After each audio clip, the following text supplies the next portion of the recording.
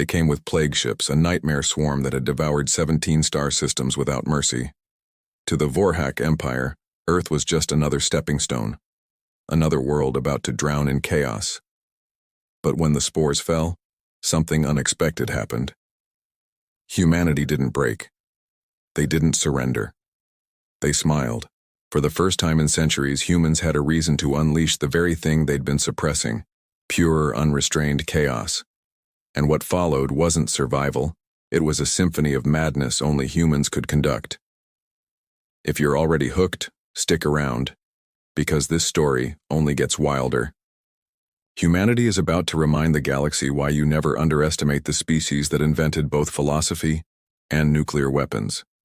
If you enjoy HFY stories where humans flip the script on aliens, make sure to hit that like button, subscribe for more epic tales, and share this with a friend who loves a good humans are scary moment. The Vorhack Empire had seen 17 star systems fall before their engineered plague. Entire civilizations erased, reduced to writhing biomass that bent to their will. When they set their sights on Earth, they didn't come with caution or hesitation. They came with arrogance.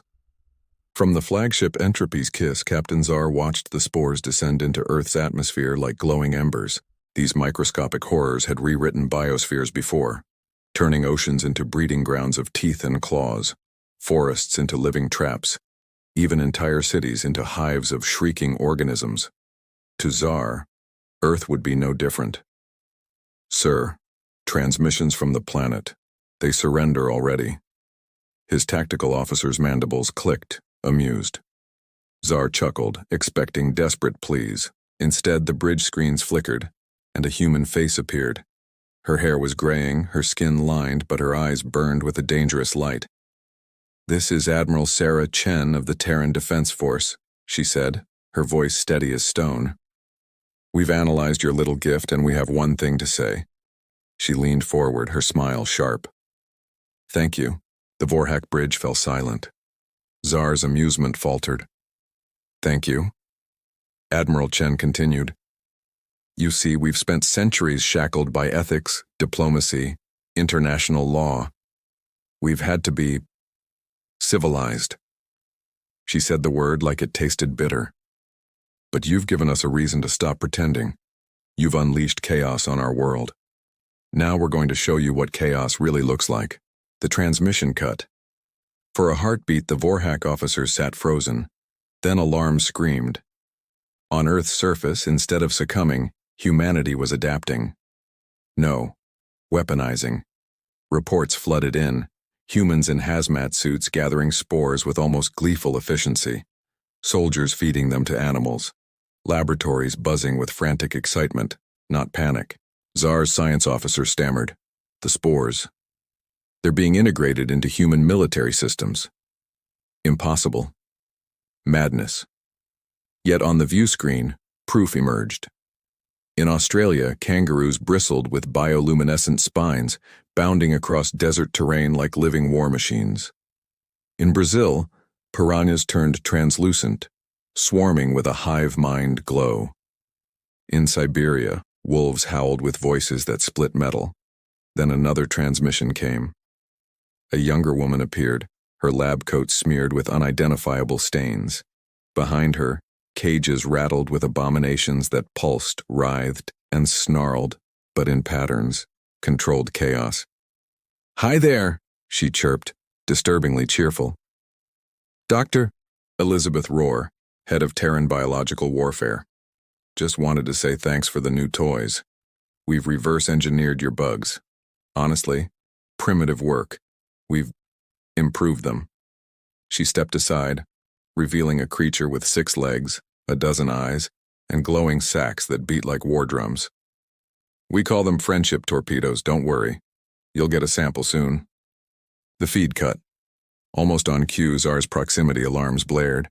On Earth, crude vessels roared skyward, leaving fiery trails. At first, they looked like patched-together junk, metal bolted to scrap. Yet they moved, fast. Faster than anything in the Vorhack fleet. "How?" Czar demanded. His officers stared at the readouts. "Sir, they're using controlled biological explosions as propulsion." Czar blinked. "They're detonating living organisms to achieve thrust?" Yes, Captain. The officer swallowed. It's insane. On screen, the first wave of human craft tore into the Vorhack formation. The friendship torpedoes latched onto alien hulls. What followed defied logic. Bulkheads sprouted teeth. Corridors oozed digestive fluids. Consoles started giggling as if alive. Ships screamed, not mechanically but like living things in agony. The plague turned against its creators. For the first time in his long career, Captain Czar felt fear. And then, amidst the chaos, Admiral Chen's face returned to the screen. Behind her, a military command center teemed with plants that glowed and pulsed with lethal intent. Soldiers worked alongside spore-mutated creatures as if they were comrades, not abominations. One casually stirred coffee with a wriggling spore tendril. "Captain," Chen said calmly, as if lecturing a child, "you made one mistake. You thought chaos was a weapon, but chaos isn't a tool, it's a philosophy. And humanity? We've been perfecting chaos for thousands of years. We call it creativity." Her words hung in the air like a death sentence. On the entropy's kiss, officers whispered, some trembling, others frozen in disbelief. Czar gripped his command chair, mandibles clicking with suppressed dread. He had unleashed monsters on a planet, but discovered something worse. Humanity wasn't resisting chaos. Humanity was chaos, and they had just been given permission to stop being nice. The first Vorhack ships to be struck by humanity, as friendship torpedoes, didn't just die. They unraveled. Metal bent like paper, circuitry sprouted fungal blooms, and weapon systems grew confused, turning against their own crews. The galaxy had seen wars before. It had seen plagues and scorched earth tactics. But nothing like this. From orbit, Earth looked alive. Cities glowed with strange bioluminescence, forests shimmered with engineered spores, and oceans boiled with movement. To the Vorhack, it was horror. To the humans, it was art. Captain Czar, trapped aboard the Entropy's Kiss, stared as human ships darted between his fleet, propelled by detonations so reckless they defied physics. Yet somehow the madness worked. Crude hulls cut through space like predators, guided not by cold logic but raw audacity. "This is impossible," Czar whispered. But then came another message. Dr. Rohr again, cheerful as ever. "Hope you're enjoying the show. By the way, we figured out your spore genome. Turns out it makes a great fertilizer. And an even better coffee creamer." She raised a mug to the camera, beaming. Behind her, one of the engineered beasts leaned down, tentacles stirring her cup like a friendly barista. "This isn't war," Czar muttered. "It's insanity." Admiral Chen appeared once more, standing among soldiers who wore armor that pulsed with living tissue. "Captain," she said, voice calm but cutting, "you wanted to unleash chaos, but you don't understand what chaos really means. You see, humans thrive in it. We built entire civilizations out of it. Do you know what happens when you give us permission to stop being reasonable?" Her smile widened. "We stop holding back." Then the counteroffensive began in earnest. Human ships latched onto Vorhack cruisers, pumping them full of reprogrammed spores. The infected vessels twisted into grotesque parodies of themselves, giant, gnashing structures that devoured their own fleets. Communications collapsed as systems began laughing. The Vorhack formation broke. For the first time, the predators of 17 star systems were prey. Czar tried to rally his fleet, but order was impossible. His officers reported that half their ships were singing. The other half were literally eating one another. The Entropy's Kiss groaned as its walls began to breathe.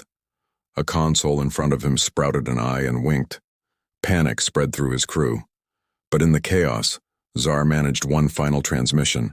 His mandibles clicked, voice trembling. What are you?"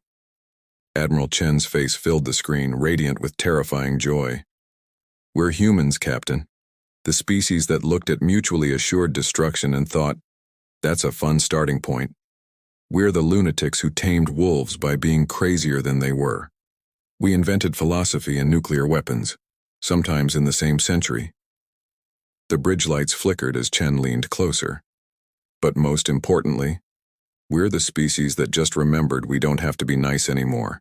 And we are very, very good at not being nice. With that, Earth unleashed its finale. A wave of bioluminescent missiles streaked from orbit, detonating not in fire but in transformation. Entire swaths of the Vorhack fleet became gardens. Hulking star destroyers bloomed with glowing vines, their guns replaced with flowers that spat corrosive pollen. Warships twisted into colossal coral reefs that pulsed with alien life. It was grotesque, beautiful, and utterly unstoppable. The Vorhack retreated, those who could still retreat. The rest were consumed, singing in madness until silence claimed them. 3 days later, the Galactic Council met in emergency session.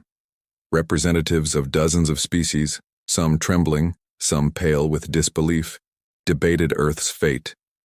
At last, one resolution passed unanimously. Earth was to be declared a permanent do not disturb zone.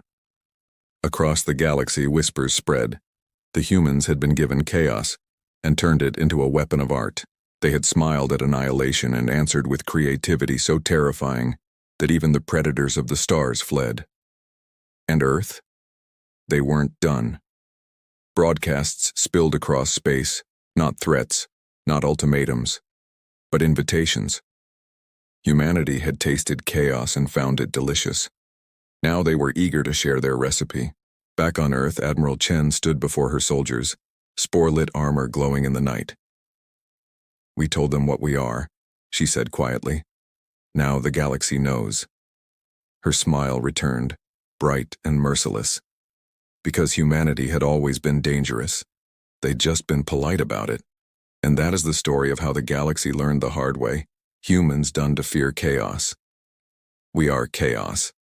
If you loved this HFY story, don't forget to like, subscribe, and share it with a friend who needs a reminder of why humanity is the ultimate wild card. More tales of human legend are coming soon, so stay tuned.